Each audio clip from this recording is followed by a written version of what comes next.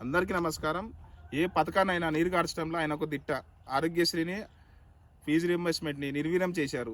ఆఖరికి free bus స్కీమ్‌ను కూడా ఇప్పుడు 3 నెలలు కాకముందే వీక్ చేయడం మొదలుపెట్టారు. ఫ్రీ బస్సు స్కీమ్ తాలూకా డబ్బులు ఇవ్వకపోవడంతో ఆర్టీసీ యాజమాన్యం ఆందోళనలో కూరుకుపోయింది.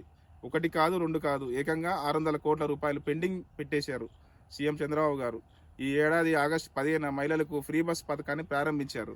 ఆలస్యంగా పథకాన్ని ప్రారంభించిన చంద్రబాబు గారు అన్ని బస్సుల్లోనూ మహిళలకు ఉచితంగా బస్సు ప్రయాణం కల్పిస్తానని నమ్మించి మోసం చేశారు.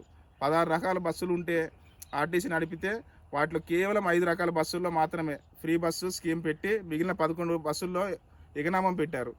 ఈ అరాకుర ఫ్రీ బస్ పథకం ప్రారంభించినప్పుడు చంద్రబాబు నాయుడు గారు, డిప్యూటీ సీఎం పవన్ కళ్యాణ్ గారు, నారా లోకేష్ గారు హడావిడి చేశారు. ఆర్టీసీ బస్సుల్లో ప్రయాణించి స్క్రిప్ట్ ప్రకారం మహిళలతో మాట్లాడించి విపరీతంగా పబ్లిసిటీ చేయించుకున్నారు.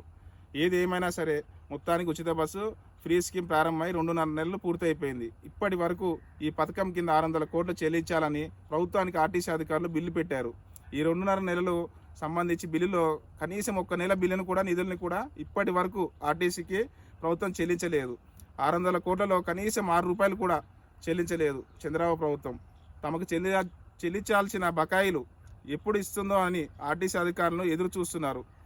ఫ్రీ బస్ పథకం కారణంగా తమపై ఎంత పని ఒత్తిడి ఉన్నా ప్రభుత్వం నుండి నిధులు సకాలంలో వస్తే విజయవంతంగా నడుపుతామని ఆర్టీసీ అధికారులు చెప్తున్నారు. కానీ ప్రభుత్వం మాత్రం ఆ బిల్లు చెల్లించడం లేదు అస్సలు. గతంలో వైఎస్ జగన్మోహన్ రెడ్డి ప్రభుత్వం ఆర్టీసీని ప్రభుత్వంలో విలీనం చేసి అనేక సంస్కరణలు చేపట్టింది. దాంతో ప్రతి నెల ఆర్టీసీకి ప్రభుత్వానికి నిధులు మిగిల్చేది. ఇప్పుడు ఆ పరిస్థితి తలకిందులయ్యింది. దానికి తోడు ప్రభుత్వం నుండి రావాల్సిన 100 కోట్ల బకాయిలు రాకపోవడంతో ఇలా ఎన్నాళ్ళు ఈ భారాన్ని మొయ్యాలని చెప్పేసి ఆర్టీసీ ఉద్యోగులు అసంతృప్తి వ్యక్తం చేస్తున్నారు. Thank you. ఇట్లా మీ పి కోటేశ్వరరావు, కందుకూరు నియోజకవర్గం.